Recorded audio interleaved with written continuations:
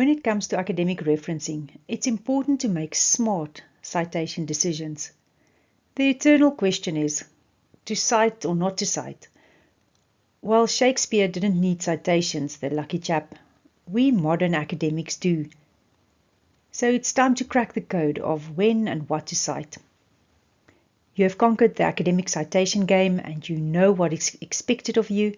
You downloaded the referencing style guide from your university or your target journal, and you feel comfortable, putting those citations and the references in a specific format. But irrespective of the style that you're using, there are certain principles that are really important for us to remember when we decide what to cite and what not to cite. Think of citations as academic insurance. Better to have them and not need them than need them and not have them. So there are a few things that you need to know when it comes to citing. And what to cite specifically.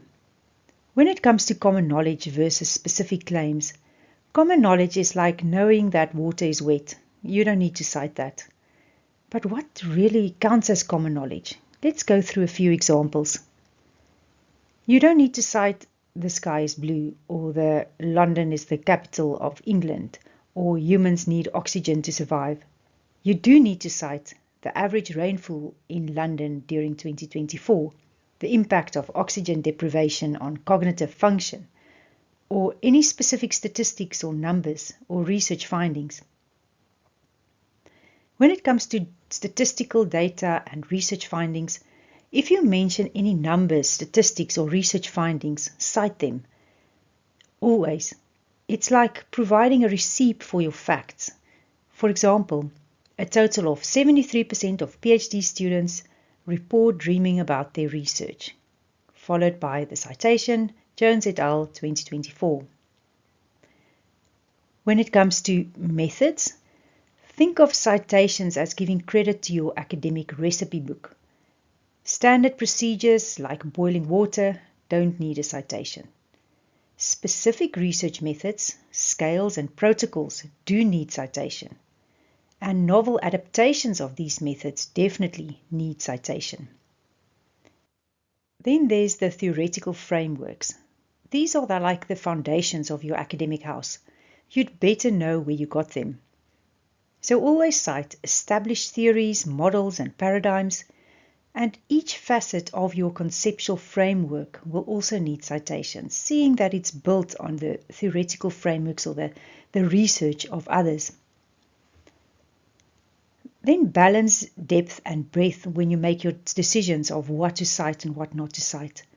Aim for a healthy mix between depth, in other words, multiple citations from key authors in your field, breadth, various perspectives and approaches, and balance. It's like a well-mixed cocktail between depth and breadth. So if you found yourself citing the same source in every other sentence, step back and ask yourself if you're writing a research paper or a fan letter. Another smart decision that we need to make when it comes to academic referencing is to decide which is the right source to cite. So when it comes to primary versus secondary sources, think of this as a game of telephone. The primary sources is the original whisper directly from the researcher, while the secondary sources, it's someone telling you what they've heard, which in other words is an interpretation of the original research. But there's a catch. Using secondary citations is a bit like serving reheated coffee. It might do in a pinch, but it's not ideal because the information gets distorted through retelling and you're trusting somebody else's interpretation of it all. The ideal situation is for you to find the original source, read it carefully, and ensure that you've interpreted it correctly, and then cite the original. But what happens when you find a systematic review? Now this is where things get interesting. Let's say you find that systematic review that includes 50 different studies. Do you cite the systematic review, the different studies, or both? So you cite the systematic review when you're referring to the review's conclusions, or you're discussing overall findings or trends or patterns. For example, research consistently shows a positive correlation between deadline proximity and caffeine intake. Williams et al. 2024. But you cite the original studies when discussing specific findings from the methodology or methodologies, or highlighting particular results, or comparing conflicting outcomes that features in these original studies. For example, while Johnson et al. 2022 found that tea was the preferred beverage, Zhang 2023 reported a strong preference for espresso amongst engineering students. Then another factor to consider when you decide what to cite is think of the evidence hierarchies, the levels of evidence. It's a pyramid where systematic reviews and meta-analysis are at the top, randomized controlled trials follow next, and followed by cohort studies, case studies, expert opinion at the base. Now, making the levels of evidence quite simplified, but you can read up a bit more about them. But a systematic review and meta-analysis carries more weight than, for example, expert opinion. And then next, you also need to evaluate the source or the credibility of the source. Consider credibility associated with each source type, where peer-reviewed academic journals are the gold standard. Academic books is a solid choice. Conference proceedings, it's good, but you need to verify the findings. Websites, handle with care, and social media, approach with great caution. So where it's possible for you to use a highly credible source, rather use that instead of a less credible source. And then when do you cite recent versus seminal works? You may have heard many people say you have to cite the most recent resources in the last 5 to 10 years, and they are right. When you are discussing trends or findings or modern applications, it's important to discuss and include recent resources in the last 5 to 10 years.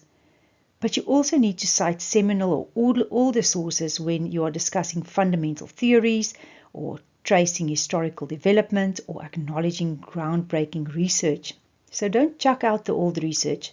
Just make sure that you use them and cite them at the right time, and that you also include most and more recent studies in your research. Another smart decision that needs to be made is what happens if you need to cite multiple studies that make the same point.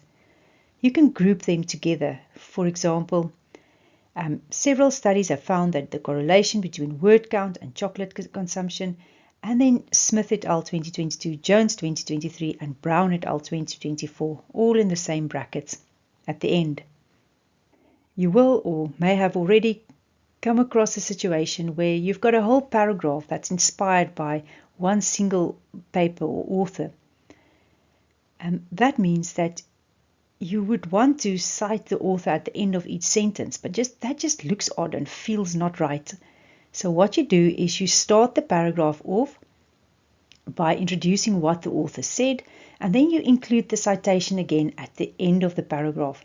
So as somebody reads this paragraph, that it becomes very clear that this paragraph was inspired by this specific author.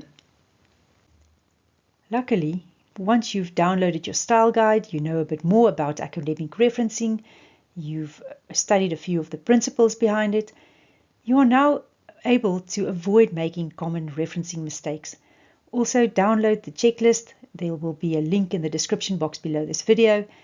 This checklist will help you to screen your references before you submit it for examination, for publication, or to your supervisor to avoid common referencing mistakes. Let's go through some of the most common ones.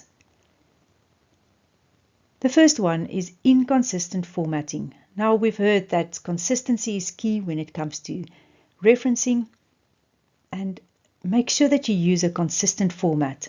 For example, you can't switch between writing "and" out in full and using the "and" symbol. Or look at the font of your reference list and make sure that it's the same font as the rest of your chapter.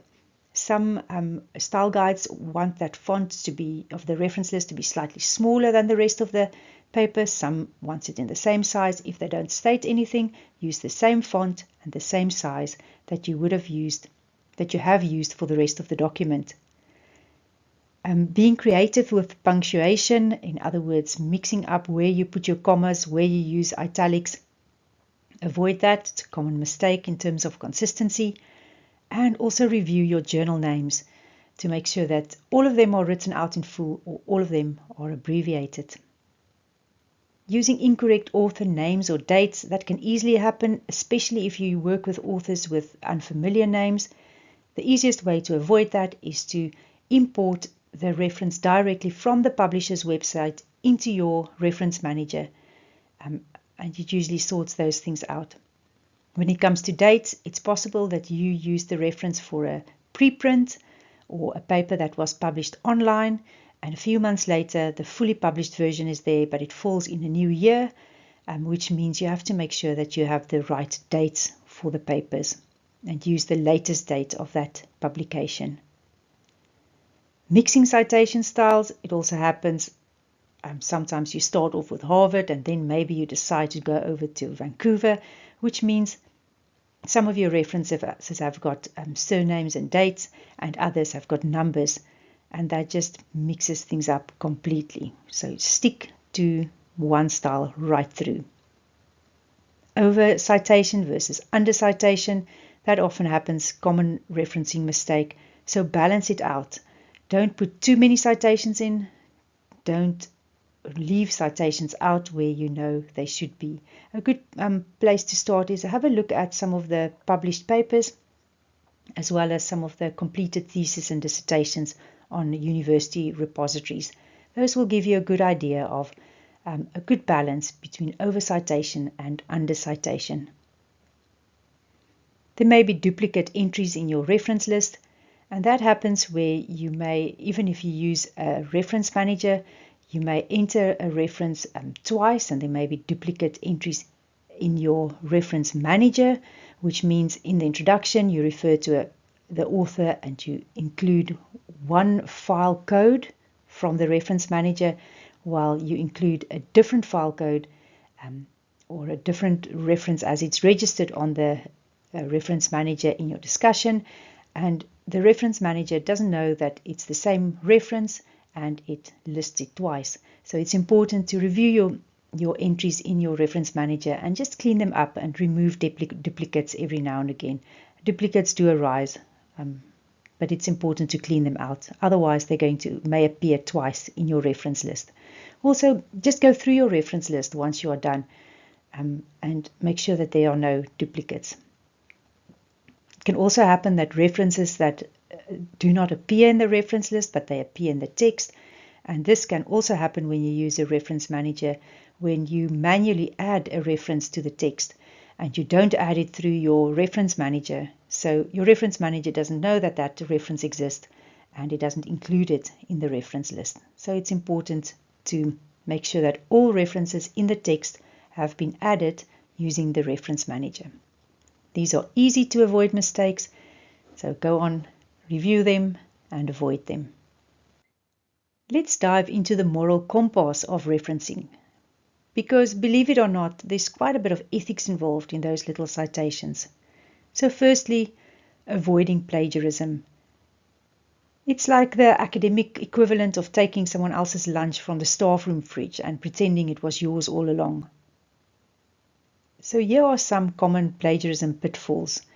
Forgetting to cite because it was only one sentence, or copying and pasting text thinking that changing every third word makes it original, or using somebody else's ideas but saying it in your own words and you don't attribute or add a citation. Or the classic, I found it on the internet so it's public domain, and that's a misconception. If you're thinking, do I need to cite this? The answer is probably yes. Better safe than having that awkward meeting with your ethics committee. Then there's something like self-citation. Citing yourself might feel a bit like talking to yourself in the third person. It's slightly uncomfortable, but it's sometimes necessary. When it's appropriate is when you are building on previous research and earlier findings that you've published, where you're establishing a research trajectory. It's important to cite your own work.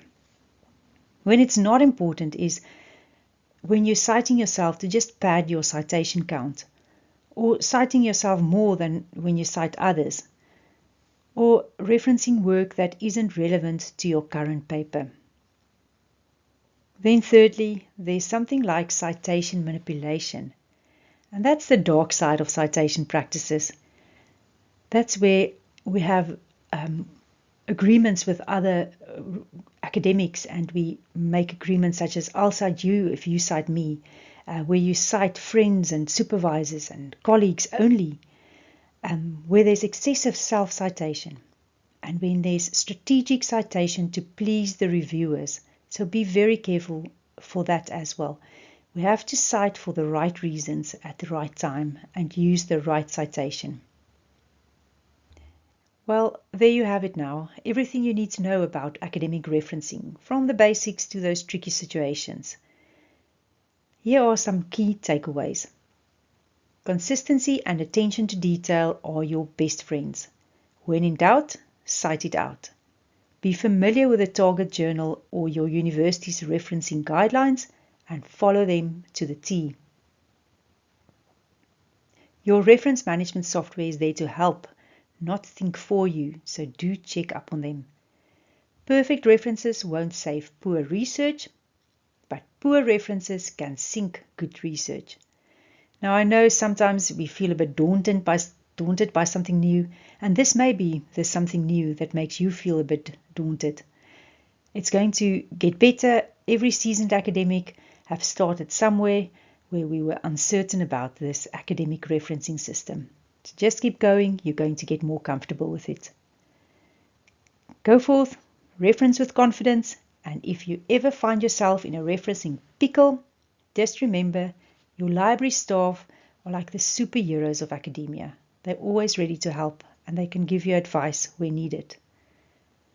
And one last thought, don't forget to back up your reference library. Trust me on this one. If you found this video helpful, smash the like button. For more useful tips to boost your research experience, subscribe to my channel by clicking the subscribe button below this video. And while you're at it, hit the bell so that you get notified whenever I produce a new video. If you need a solution to a challenge not yet covered on my channel, leave a comment in the box below. See you in the next video.